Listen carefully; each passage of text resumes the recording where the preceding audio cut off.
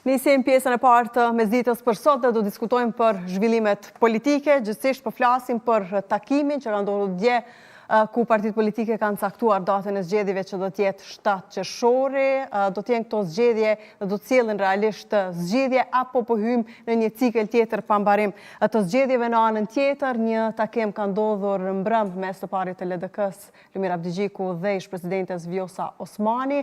U tha se ishte një takim miqësor, megjithatë mes rreshtave deri diku edhe u lexua se mund të ketë pasur diçka më shumë, duke qenë se Abdigjiku disa herë përmendi se shumë shpejt do të vinë me lajme shumë të mira për të diskutuar mbi gjithë këtë, se apo bashkohet përfundimisht Vjosa Osmani LDK-s dhe është ky realisht momentumi i rikthimit të LDK-s. Flasim në këtë pjesë të parë. Të ftuar kemi profesorin Avdis Majlaj. Profesor, mirë se erdhe. Me ne po ashtu është edhe analisti Jub Gojnovci. Zotri Gojnovci, mirë se erdhe. Mirë se gjej. Profesor, ishte i pritshme data 7 qershor, sepse kujtoj se kemi diskutuar edhe herë të tjera, kanë qenë dy data të cilat janë përmendur, 31 maj dhe 7 qershori si data më e fundit. Realisht, beson se partitë deri në këtë datë dhe mund të përgatiten dhe të sjellin, sepse shpesh herë edhe kemi diskutuar bashkë se shpesh herë hynë në zgjedhje pa një program të caktuar, gjithmonë pothuajse me premtimet e njëjta dhe këtë herë shto këtë faktin se po vim vetëm pak muaj pas një pajë zgjedhjeve që i kishim me 28 dhjetor.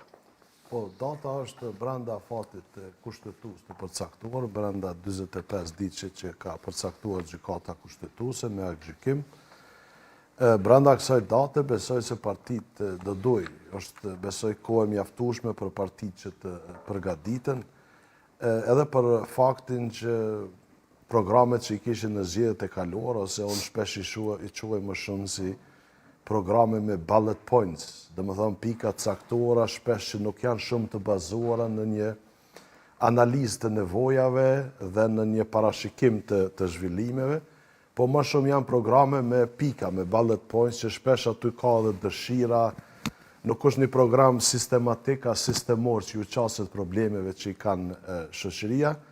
Besoj se ato programe mund të shpalosin prapë, ndoshta mund të rifreskojnë disa prej pikave, mund të heqin, të shtojnë në një pikë të re, edhe pse nuk pres shumë që ka me qenë fushat rreth programeve, partitë do të përpiqen që ta marrin atë gjuhën polarizuese, sepse përmes kësaj pastaj programet dalin në rëndësinë e dytë ose të tretë, dhe i ofrojnë qytetarit atë polarizimin ose armiqësinë mes tyre, duke përpjekur që përmes polarizimit të marrin vota, sepse kjo është edhe mënyrë e mirë e partive për të ikur përgjegjësisë pastaj, po edhe për të ikur punës, sepse për të bërë një program serioz vërtet duhet punë nga partitë politike, kështu që më lehtë është ta përdorim atë gjuhën polarizuese, ajo gjuhë mobilizon një numër caktuar të votuesve dhe mjafton që ta kesh mbështetjen e shumicës votuesve.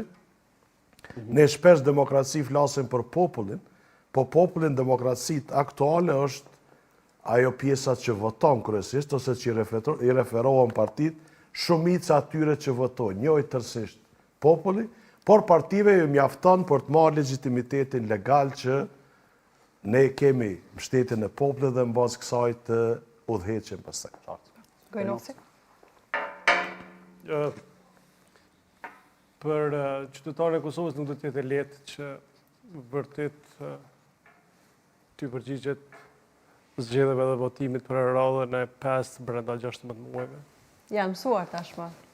Kjo mësuar është një situatë e rënduar, sepse futemi në muajin e 16-17 që ne nuk kemi një qeverisje me kompetencë të plotë. Në ndërkohë ballafaqohemi me situata të rënda, nisur nga ekonomia deri te çështjet e sigurisë e kështu me radhë. Përditshmëria jonë po rëndohet.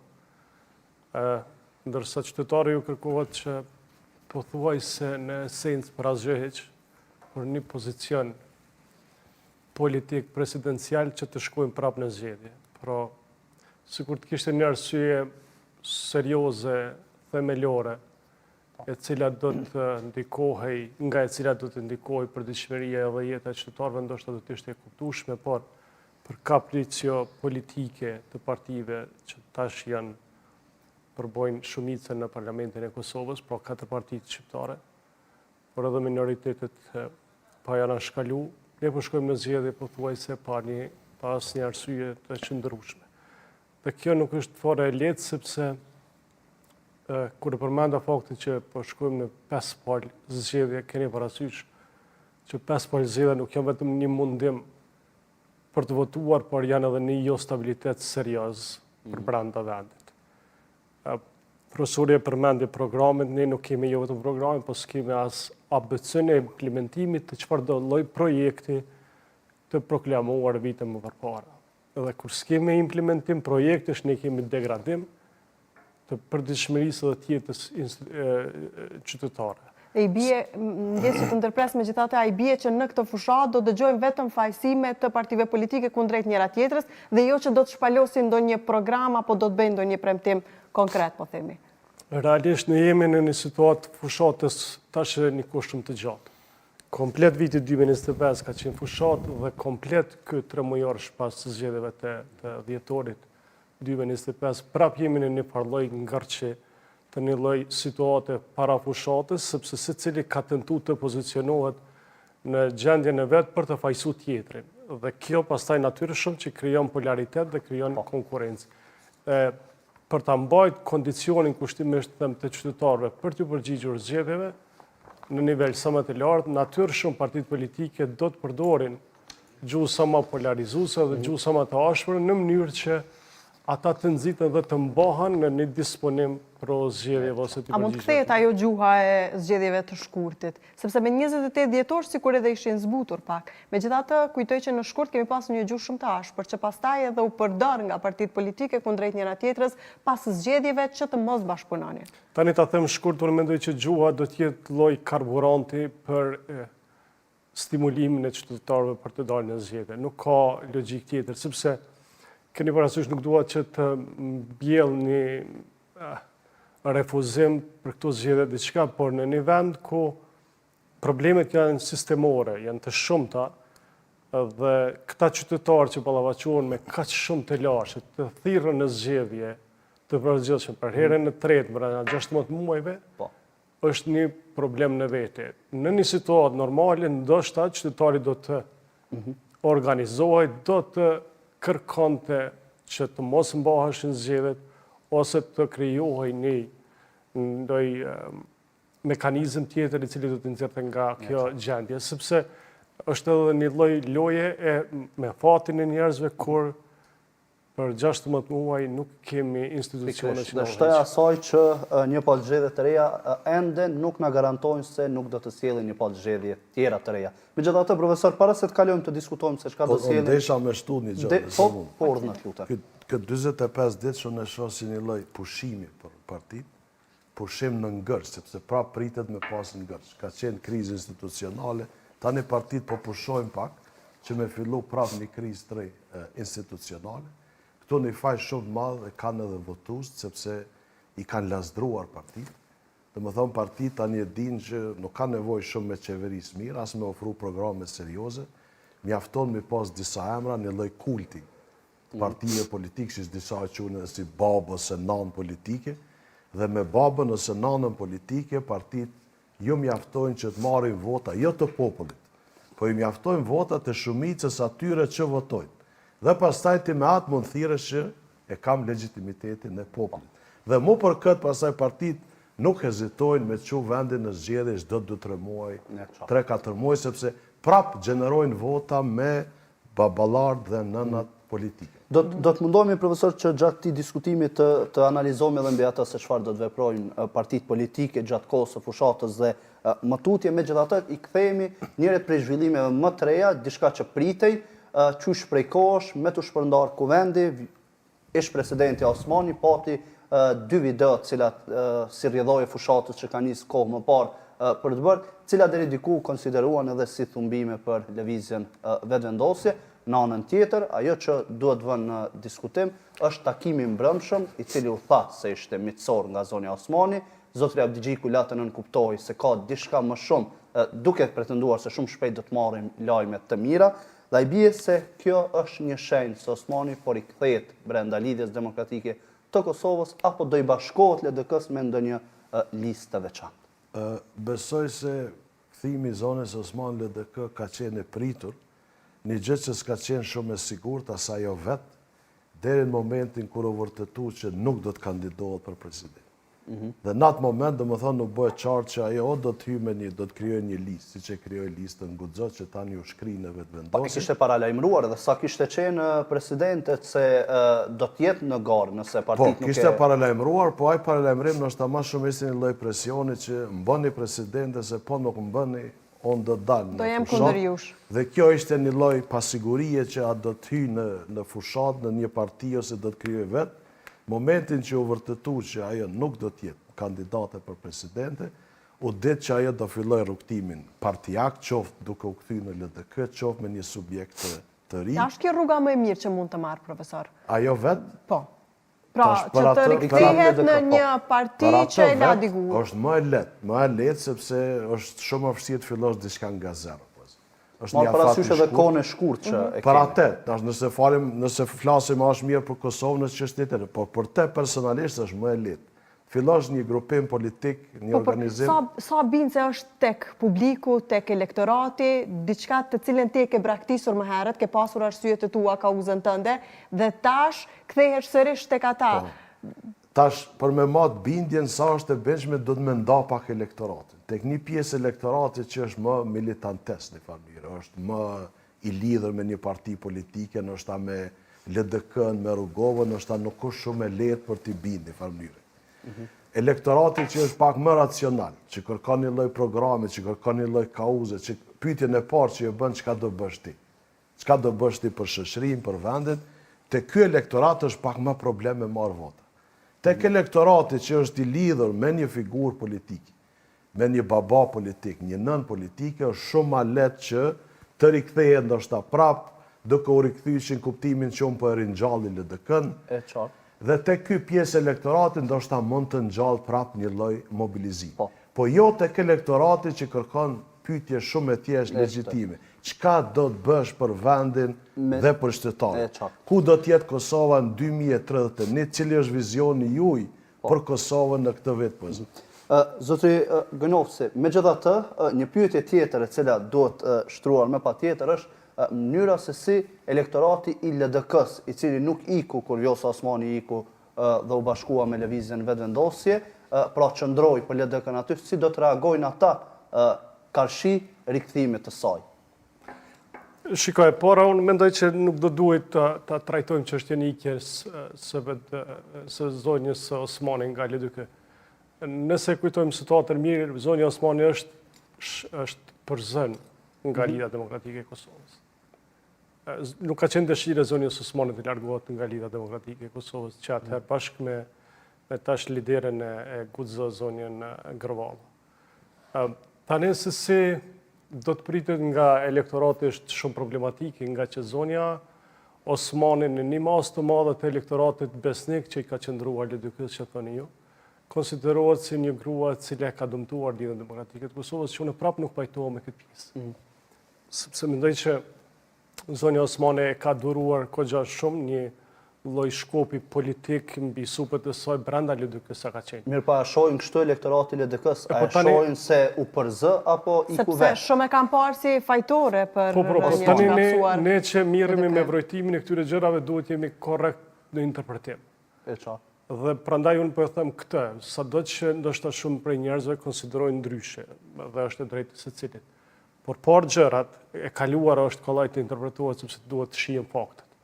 Zonja Osmani fillimisht para se të largohej nga Lidhja Demokratike të Kosovës, ka qenë anashkaluar brenda listës së Lidhjes Demokratike të Kosovës në një palëzgjedhje, duke qenë atje ka fundi i listës. Më pastaj ajo morë një goditje duke u larguar nga një mbledhje, një takim i Lidhjes Demokratike të Kosovës, kësaj ajo e pa veten në krah politik të Albin Kurtit, të vetëvendosjes, e cila po shënonte në atë kohë kurbën më të lartë të ngritjes, dhe bashkë me Vjosa Osmani pastaj i dhanë zjarrin e nevojshëm që të arrijnë nivelin më të lartë politik në një palëzgjedhje deri atëherë.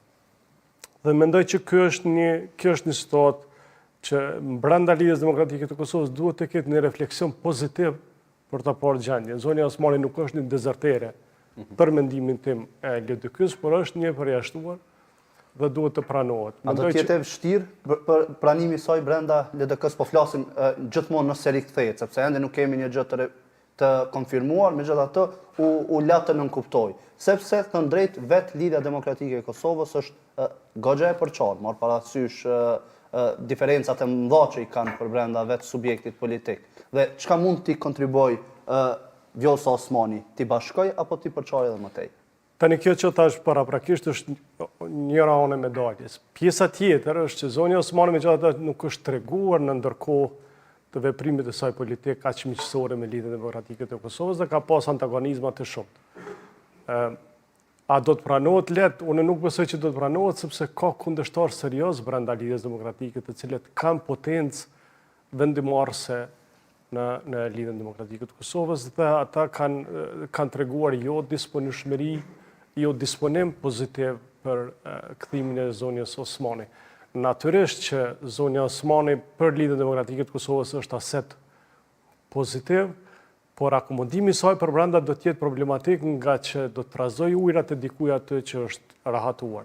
Këtu faktin që zonja Osmani me aq sa unë kam informacion, ajo nuk do të jetë vetëm në Lidhjen Demokratike nëse do të kaloj, do të ketë edhe një numër njerëzish e të cilët pastaj duhet të futë brenda listës dhe në atë listë do ta konkurrojnë pikërisht kastën politike aktuale të Lidhjes Demokratike të Kosovës.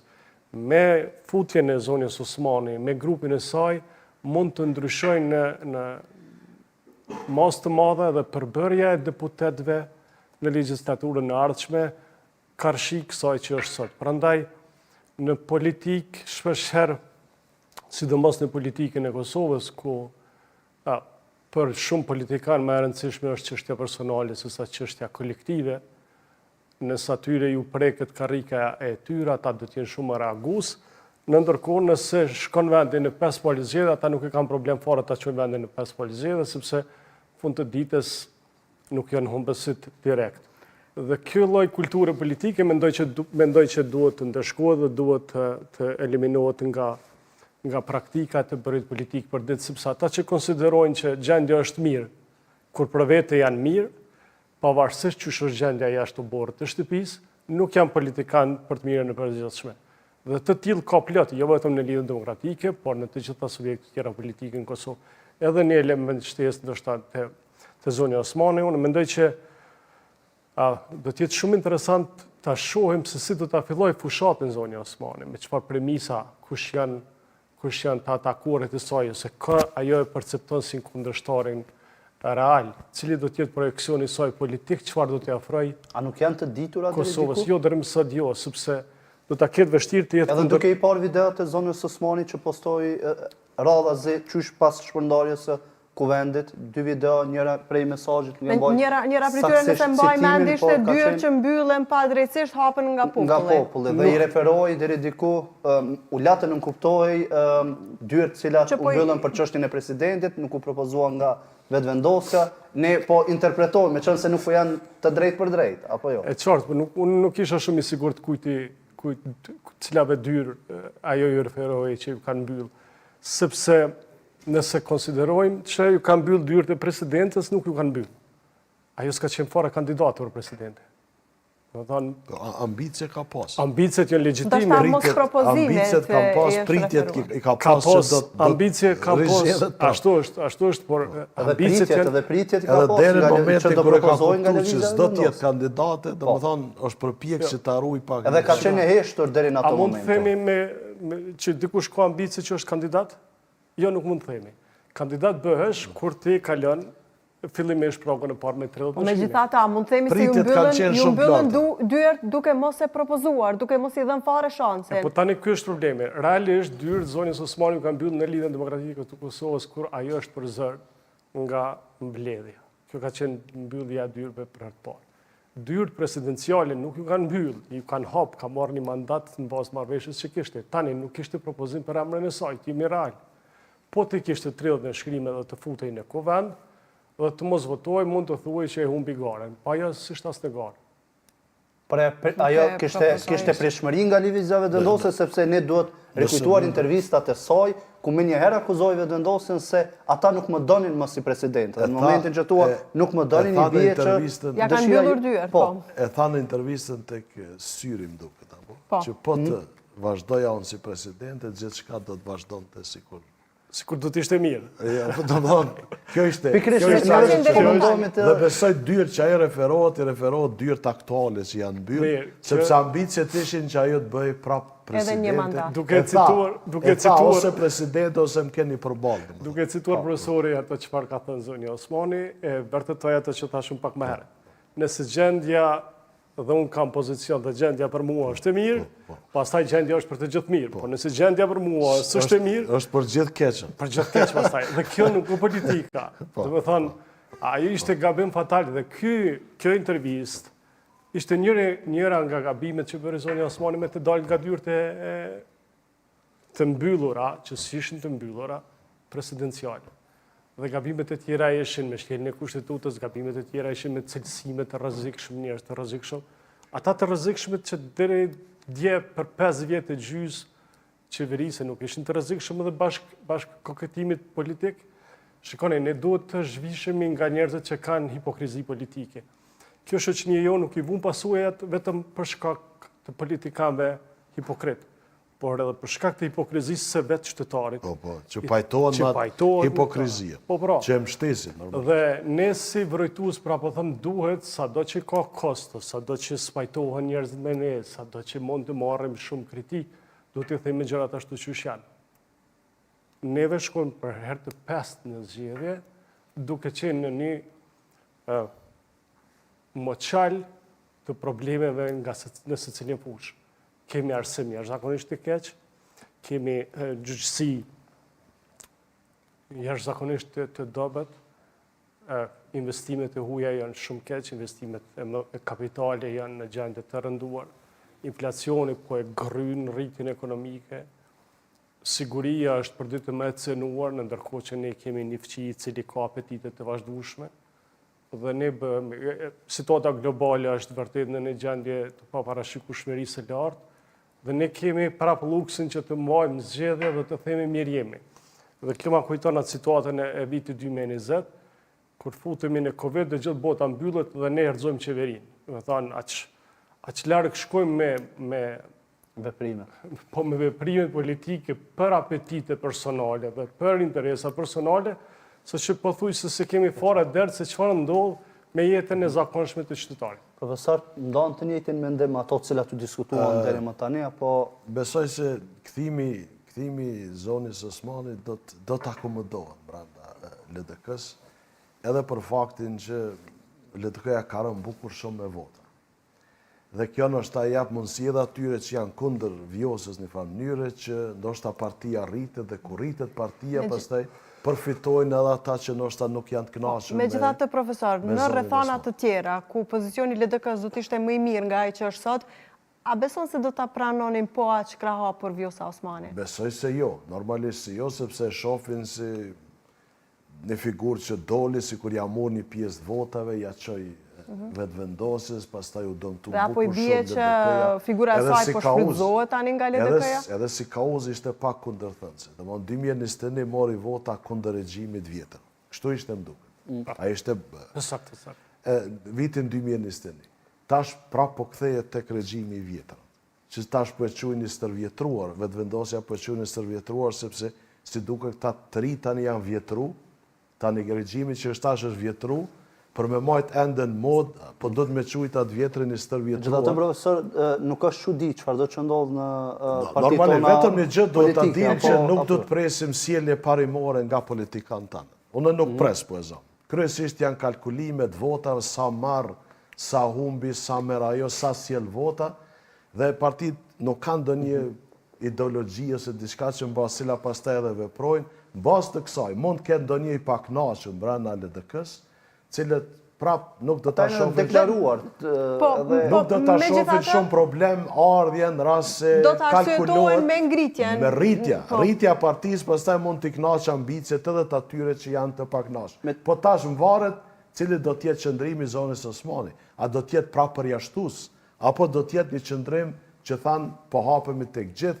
le të kthehen gjithë. Do më thonë, rase është një qasje e hapur për gjithë, jo polarizuese brenda partisë, atëherë kjo ndoshta edhe i zbut pak qëndrimet polarizuese brenda LDK-s, dhe i hap rrugë edhe zonës së Osmanit atyre që janë pak nashë. Rase kjo kthehet me atë qasjen polarizuese, që ata që kanë qenë kundër meje nuk do t'jenë qoftë tradhitur në listë ose në listë mund tradhitën diku, kjo i shton pakënaqësisë më të madhe. Dhe e dëmton. E dëmton dhe i mobilizon ata që janë të pakënaqur, i grupon domethënë më mirë sa që përpiqen që ta pamundsojnë. Cili mund të jetë profesor dhe nëse nuk e ndalin ardhjen, kjo do t'i kushtoj pastaj LDK-s në zgjedhje, sepse ata që janë pakënaqur do ta sabotojnë partinë në përdegët, në ndegët, në zgjedhjetar. Cili mund të jetë pozicioni i Vjosa Osmanit për brenda Lidhjes Demokratike të Kosovës, po flasim gjithmonë nëse i bashkohet? Kjo, besoj që pret me qenë kryet listës, besoj.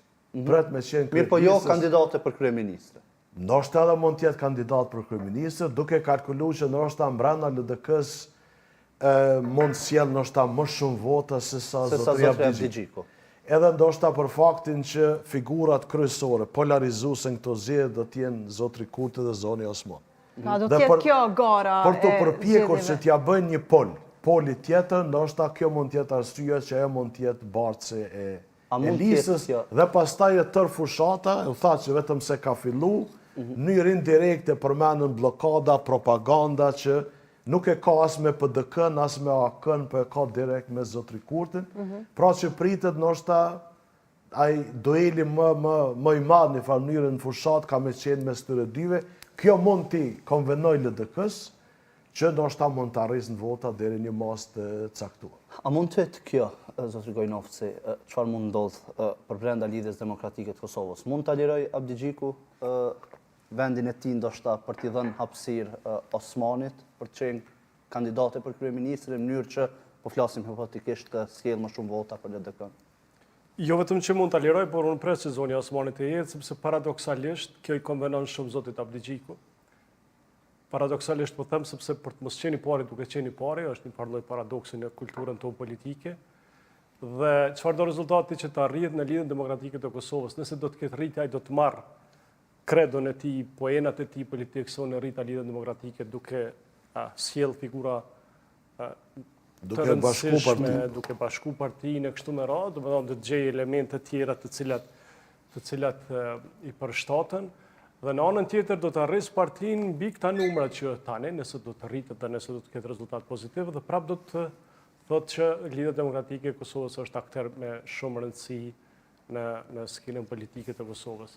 Njëjtën kohë, në situatën kur ai mund të rritet në fuqishëm, nëse kështu del rezultati, ai do të jetë kandidat potencial pastaj për njërin nga pozitat e rëndësishme të shtetit të Kosovës, përjashtuar ndoshta nëse unë dyshoj që dikush mund ta mposhtë lëvizjeve vendosje, dhe lëvizjeve vendosje mund ta ketë kryeministrin, por mund të jetë kryetar parlamenti ose mund të jetë president i vendit.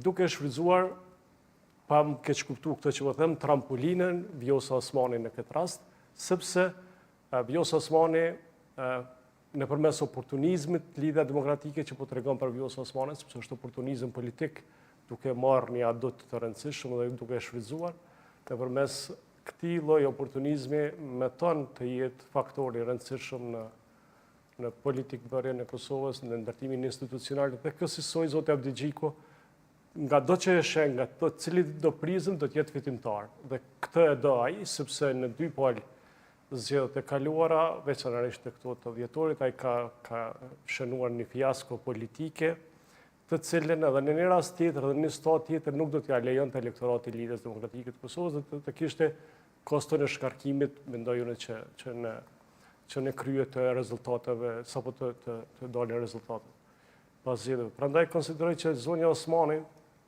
nëse ajo do të jetë nëse ajo do të jetë në Lidhjen Demokratike të Kosovës, do të jetë bartse listës ose kandidat për kryeministër, ashtu qysh në zgjedhjet tona në formë popullore konsiderohet edhe quhet. Dhe kjo mendoj që do ta nxjitë edhe elektoratin e Lidhjes Demokratike të Kosovës që të jetë më i bashkuar dhe natyrisht edhe ata të larguarit më të afruar. A do të jetë mjaftueshme për ta sfiduar Kurtin më pas? Jo, sepse numrat janë larg. Po për vendin e dytë? për vendin e dytë edhe aty dyshoj, sepse distanca është shumë e madhe, mos harroni diçka. Jemi vetëm 4 muaj pas zgjedhjeve, asnjë mendje normale nuk mund ta i jep një argument të qëndrueshëm pse duhet ketë rënim aq të madh nga 50% ta mposhtë 13%, që duhet ndodhë një hata e madhe, që nuk jemi në atë gjendje, për të ndodhë një përmbysje kaq e madhe. Për vendin e dytë dyshoj edhe aty, sepse edhe aty është një dallim shumë i madh. Diferencë e madhe. Megjithatë, të për Lidhjen Demokratike të Kosovës konsideroj unë ka shumë rëndësi që të jetë shumë më mirë se sa në zgjedhjet e vjetorit, të dalin këto zgjedhje. Qoftë edhe me një numër, po themi më të vogël të ulseve të fituara në kuvend. Po jo, ato ulse do të kenë më të mëdha nëse dalin më mirë në zgjedhje. Patjetër, nuk do të jenë më me 15, do të jenë shumë më tepër, do të jenë shumë më tepër deputet dhe do të luajnë rolin e bërësit ose ndërtuesit të institucioneve. Po të jenë më të pranishëm në kuvend. Patjetër, sa si të marrin votë më shumë ata janë më të pranishëm natyrisht, se marrin 20%, ata do të kenë 22-23 deputet. Për shemb. Jenë në pozicionin siç është PDK-ja, po themi sot. Megjithatë, e tham se gara... Nëse mund dhe vetëm shtoj një gjë. Nështë sa e përket sfidimit, sa mund të sfidoj tek një pjesë e votuesve që kanë qenë lidhur me binomin, edhe me zotri Kurti dhe zoni Osmani, edhe me babën edhe me nanën politike një farë mënyre, një pjesë tyre ndoshta mund shkojnë me zonën Osmani. Po nuk mund të marrë vota ata që kanë qenë lidhur para koalicionit me zonën Osmani, që kanë qenë lidhur me vetëvendosjen. Disa vota masive që ka qenë si rezultati këtij bashkimi, ndoshta mund shkojnë me nënën politike, ndahen nga baba politik, ose me njërin prej monomeve. Jo shumë, po deri në mas mund ta sfidojnë ndoshta, jo për të humbur zgjedhjet, po një përqindje caktuar besoj që numrin e deputetëve, sepse disa mund të jenë zhgënjur, sepse e lidhen shpresën me binomin. Dhe në momentin që tash më s'është binomi, ata sikur se kanë ngelur. Pra dëmtoi Osmani ndoshta veten me disa veprime që i mori më pas sepse u pa edhe tek qytetarët zhgënjimi. Tek qytetarë, tek disa. Ka një gjë që nuk është shumë e qartë, pse zotri Kurti nuk e kandidon. Nuk është shumë e qartë, domethënë. Ka një lloj enigme që pastaj mund të rrisë dyshimin tek një pjesë e votuesve, një pjesë votues që ndoshta shohin veten sikur jetim politik, se din me shku me babën politik apo me nënën politike, dhe tani ata ndoshta mund shkojnë me disa me nënën.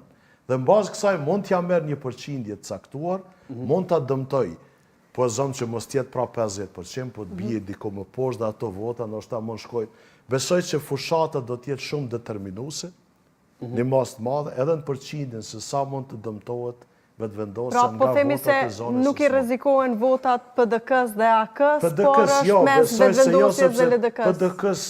PDK-ja ka një vot kogja strukturume, që një kohë e runat, ndoshta me një përqindje bukur të vogël, ose rritet ose zvoglohet, as të AK-s, i kanë votat e strukturuar. Lëvizja më madhe ka qenë nga LDK-ja tek vetëvendosja, dhe këtë lëvizje në mas madhe ka bërë dhe dalja e zonës së Osmanit tek vetëvendosja.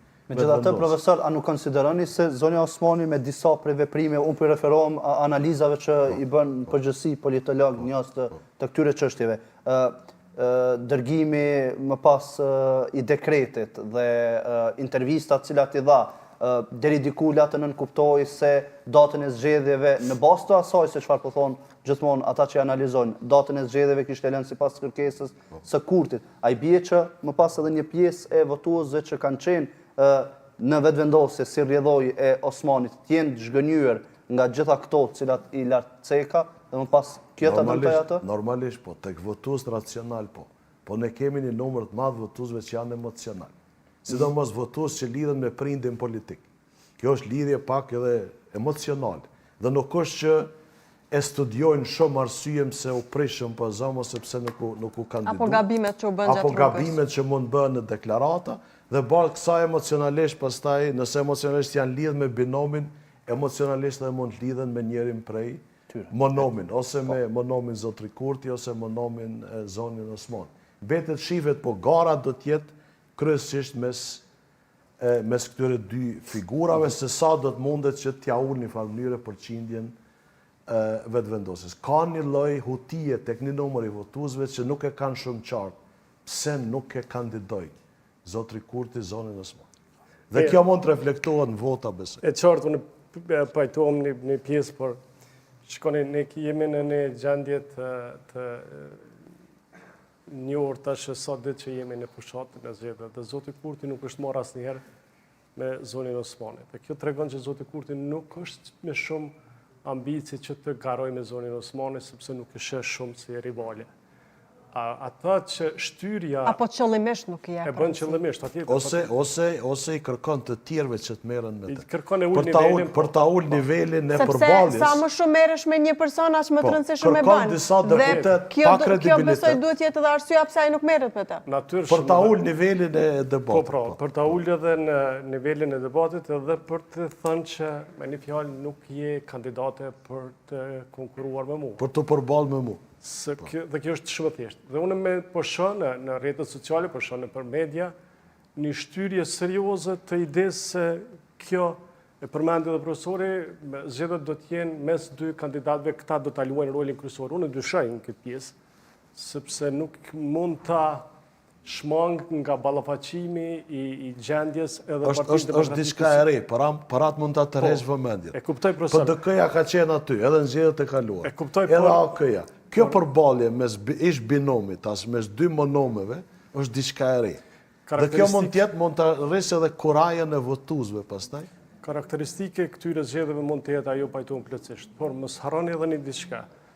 Edhe Partia Demokratike e Kosovës futet në zgjedhje me një adut të rëndësishëm sikur asnjëherë më përpara. Dhe kjo është fakti i vendimit në gjykatën e Hagës. Edhe ky është zhvillim i ri që është tonë Nëse do të kemi, dhe unë lutem që të kemi lirim të akuzuarve nga ky proces. Ndryshon më pas gjëra. Po, gjithsesi. Do të heqën reflektorët e vëmendjes së opinionit publik nga Vjosa Osmani, sepse Vjosa Osmani nuk përfaqëson një tërësi, përfaqëson një individ. A do ndodh kjo edhe me Kurtin? Do ndodh patjetër, do të eklipsohet, sepse mos harroni se kemi një gjendje komplet tjetër, është triumfi i Kosovës, jo në radhë të parë aty në 4 personave, është triumfi i shtetit të Kosovës, i luftës dhe i ushtrisë çlirimtare, vlerës më të lartë që ky vend ka prodhuar dhe kjo shoqëri ka kultivuar. Prandaj do të zhvendosen, po e them kushtimisht, figurativisht, reflektorët nga Kurti, por veçanërisht nga Osmani, e cila nuk do të arrijë ta gjejë veten në këtë terrenin e ri politik kur gjithçka do të koncentrohet, edhe komunikimi publik, edhe diskutimi, edhe politikat, edhe triumfaliteti, dhe gjithçka do të jetë në një gjendje tjetër. Prandaj Partia Demokratike të Kosovës konsiderojnë që është në situatën më të mirë dhe jo rastësisht pa dash të konsideroj që kush ka faj që po shkojmë në zgjedhje sepse është një luftë, një betejë që po zhvillohet vazhdimisht, por Partia Demokratike e Kosovës dhe Lidhja Demokratike e Kosovës, duke i ditë këto dy atribute të rëndësishme, e para luftën e ushtrisë çlirimtare, lirimit potencialit të atyre çlirimtarëve që janë atje, dhe e dyta Lidhja Demokratike e Kosovës, bashkimin e Vjosa Osmanit në Lidhjen Demokratike, kanë synuar që të mos bëjnë marrëveshje për presidentin dhe të shkojë vendi në zgjedhje. Pra, katërcifrisht është i detektuar fajtori kush deshti zgjedhje në këtë mandat. Dhe jo për gjë tjetër, por sa për të shfrytzuar këto elemente të rëndësishme dhe marrë pozicion më të mirë elektoral. Kështu që unë mendoj se tentativa për ta projektuar si garen kryesore mes dy individëve, zotit Kurti dhe zonës Osmani, është problematike dhe mendoj që do të zhvendoset shumë shpejt në qoshin e saj. A mund tjetë, profesor, pikrisht kjo arsyeja, sepse thënë drejtën, Partia Demokratike e Kosovës i kishte mbyllur dyert e diskutimit me lëvizjen vendosje kohë më parë, pas takimit që patën ku jo dhe u ofrua që të bëj kjo rokada me kryeparlamentarin. Mund tjetë pikrisht kjo arsye, sepse dje ne patëm një intervistë në studion e mesditës ish deputetin Xhavet Aliti nga PDK-ja dhe i cili njëjtë e pohoi në pyetje tona se kalkulojnë edhe në rritjen e tyre me vendimin pozitiv që pritet jetë për ish-krerët e UÇK-s atje në Hagë. Është e pritshme, partitë i bëjnë kalkulimet e veta dhe përpiqen që të përdorin çdo mundësi të mundshme që të rriten.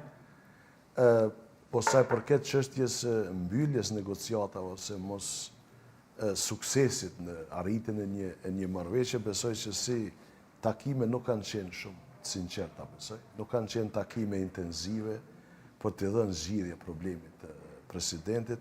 më shumë kanë qenë takime për të përmbush një obligim, ndoshta ligjor që kënse po përpiqemi që të gjejmë një zgjidhje, sepse vërtet sikur t'ishte vullneti mes partive që gjitha po them, që ta gjejnë një zgjidhje, ato do takoheshin ditë e natë pa ndërprej, dhe do të gjenë një zgjidhje sepse ishte çështja zgjedhni president.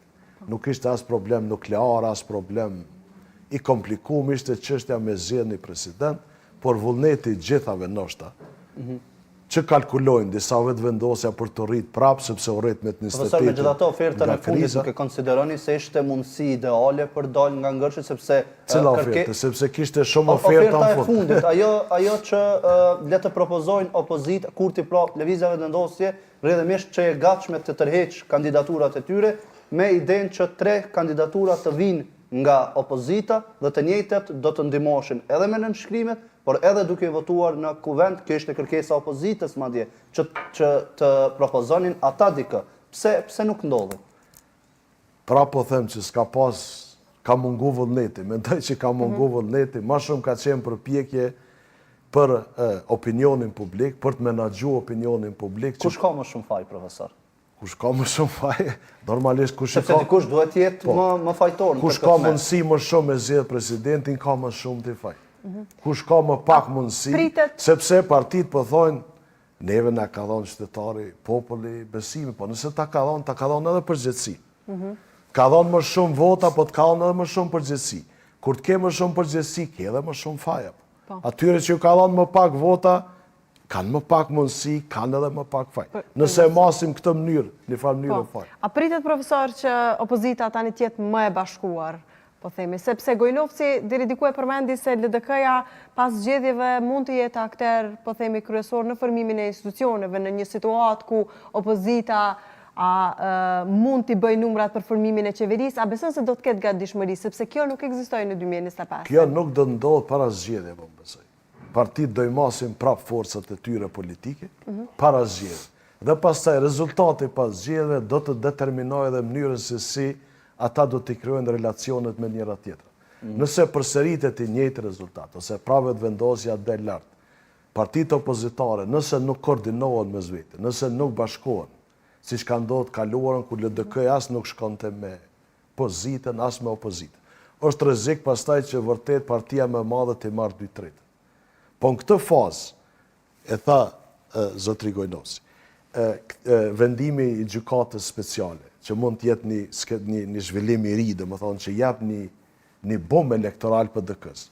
Zoni Asmanin LDK, vetëvendosja duke prit mos po rritet prap nga kriza, siç u rrit me 28 dhjetor nga ngërçi politik, i lën partitë që edhe një herë të masin forcat. Dhe pastaj, mbas të votave që dalin, kjo do të përcaktoj edhe relacionet mes tyre. Në rast se bjen partia më e madhe, rriten këto tirat. Normalisht që kjo i rrit ambicjet që kush do t'jetë e para pastaj ose e dyta.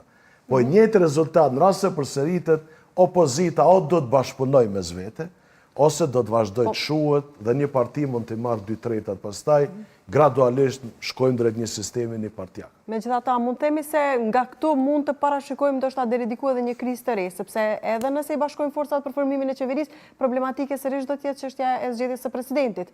Vetëm nëse përfshihet pastaj edhe deputetët e listës serbe, sepse gjatë komunikimit që patëm dje me Xhavit Halitin e PDK-s, ai tha se duhet të kalkulohet se cila nga votat të gjithë deputetëve, duke mos përjashtuar as listën serbe. Unë mendoj që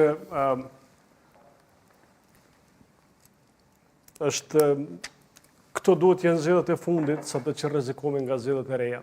Mund të futemi në një cikël të pambarim të zgjedhjeve për shkak të modelit kushtetutar i cili na kushtozon zgjedhjen e presidentit.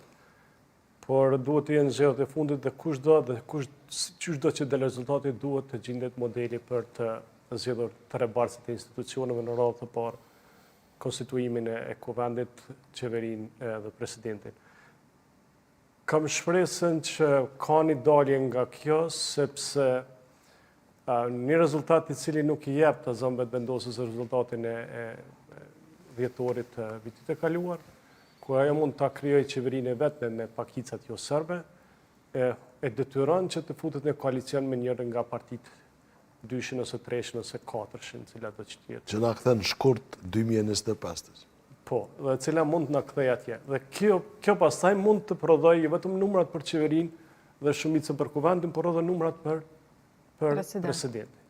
Dhe kësaj do të kishim një rehatim institucional, sepse do të kishim 3 barcit institucioneve të zgjedhura. Dhe mendoj se kjo mund të jetë ajo pasqyra që na vjen pas zgjedhjeve të qershorit. Unë prandaj nuk jam udhëtar i bashkimit të opozitës, sepse konsideroj që bashkimi i opozitës ose ato që zoti Abdigjiku ndonjëherë quhen bashkimi të djathtës pa e shtjelluar mirëfilli se ç'ta thot kjo dhe kush janë ata të djathtët që dëshirojnë të bashkojnë, do të shkonte për shtatë më shumë të lëvizjes vendosje.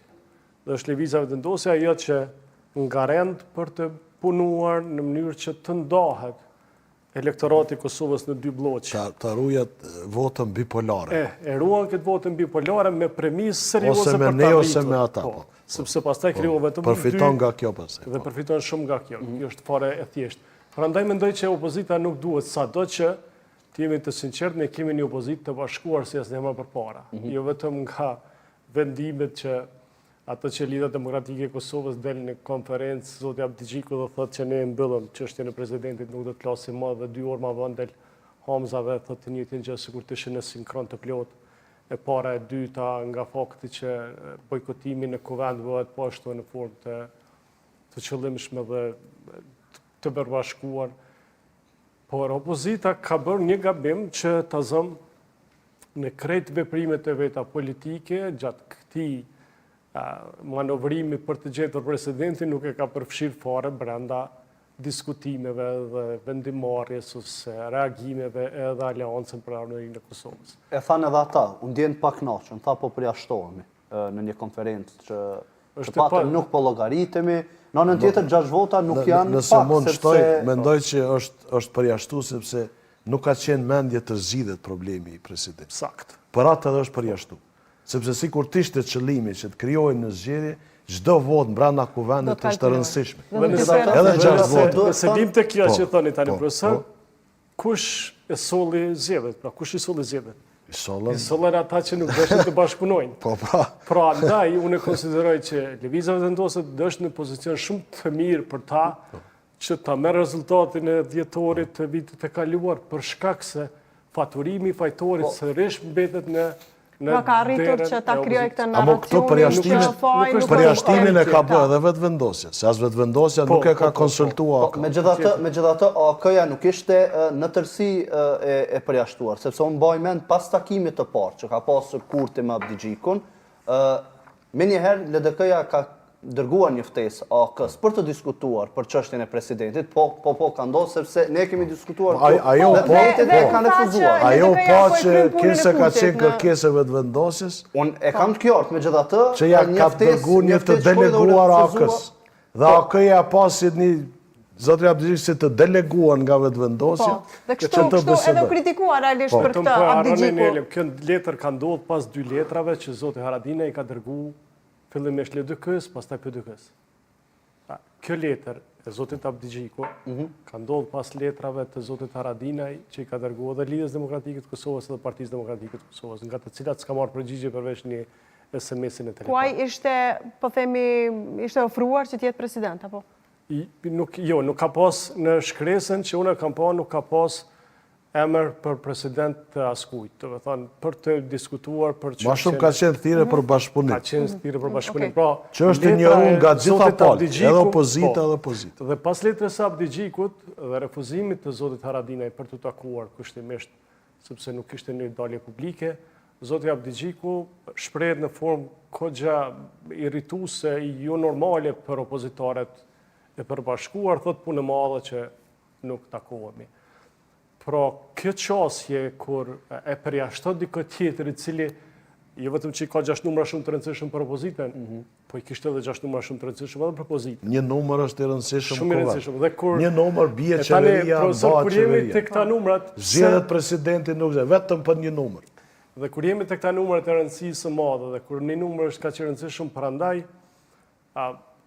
diskutimi se i ka 57 vota, vetë vendosi, ka 66 deputet në bashkëqeverisë dhe nuk arrin të zgjedhë presidentin, është mosdije politike. Mund të kesh 79 të jesh prozhjeve së presidentit.